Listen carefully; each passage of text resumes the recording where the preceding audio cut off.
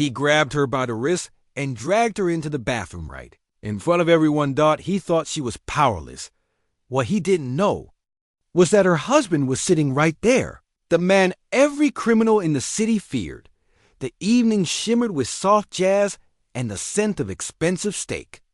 Inside Lorenzo's fine dining, laughter danced between golden chandeliers and whispered deals. Waiters floated like shadows, their smiles carefully measured. Among them was Naomi Carter, the black waitress everyone overlooked. Her uniform was spotless, her smile gentle but tired.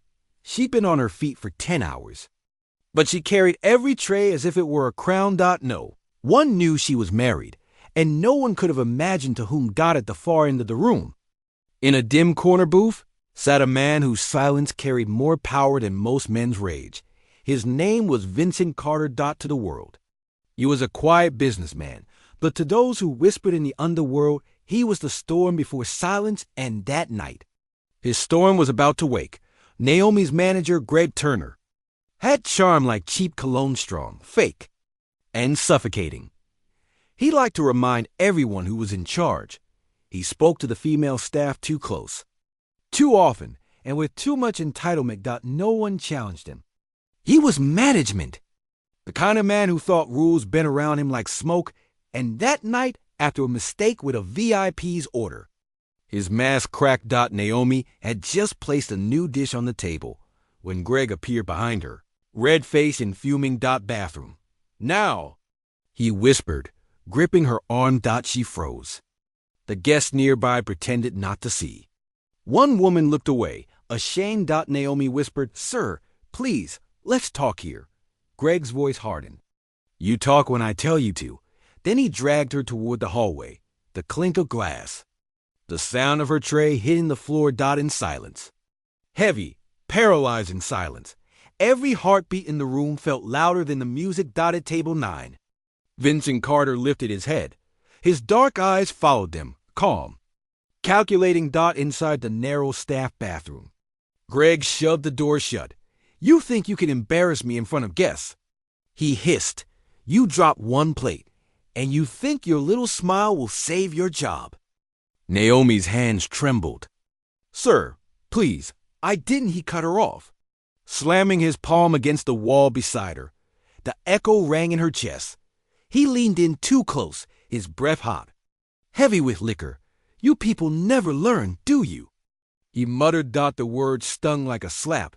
But then a sound. The faint click of a door opening behind him. Greg turned. Vincent Carter stood there, got no expression, no words, just the kind of stillness that makes the air forget how to move. Greg's fake authority melted instantly. "Sir, this is staff only. You can't just..." Vincent didn't answer. He stepped forward, slow and deliberate. His voice came out low, steady, dangerous. "You touched my wife." Greg blinked, confused. "You're your wife?" Vincent's gaze then wavered. "Yes, the woman you just humiliated in front of strangers."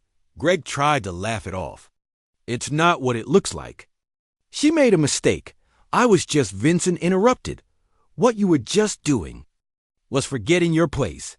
He took another step closer.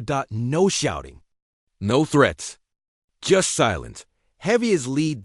Then he said something Greg would never forget. "I forgive mistakes, but I don't forgive disrespect." Greg stumbled back. "Look, I didn't know she was married." Vincent tilted his head.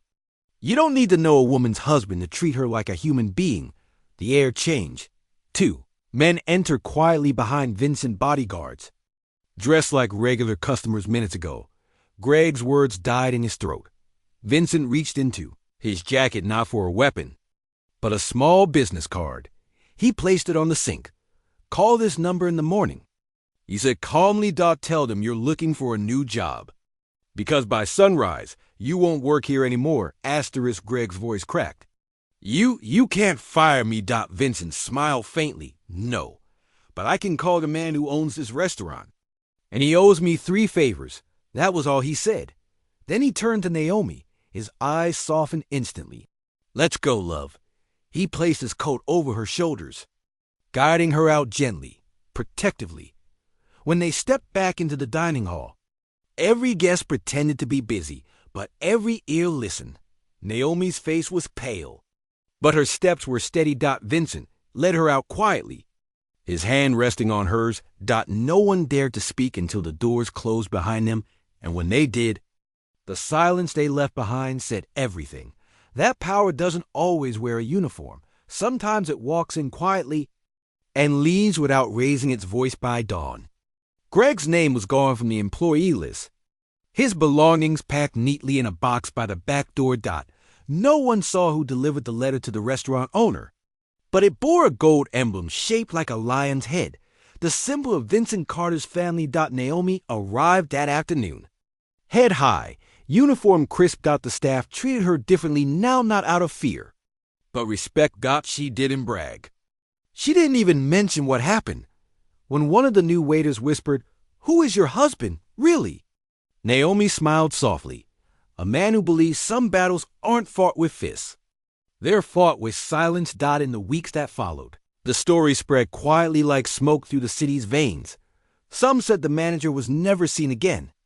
Others said he moved far away, changed his name, and never worked in hospitality again. But Naomi stayed. Stronger, calmer, and no longer invisible. Every time she carried a tray through the restaurant, people noticed her now. Not because she was the wife of a powerful man, but because she had the kind of dignity no one could take away. In a world that often mistakes silence for weakness, Naomi's story reminds us respect isn't earned through fear, but through decency, and power isn't proven by how loud you can yell, but by how calm you can stay when you could destroy everything. If this story moved you, comment where you're watching from. And remember, never underestimate the quiet ones. They're the ones who end storms without lifting a hand.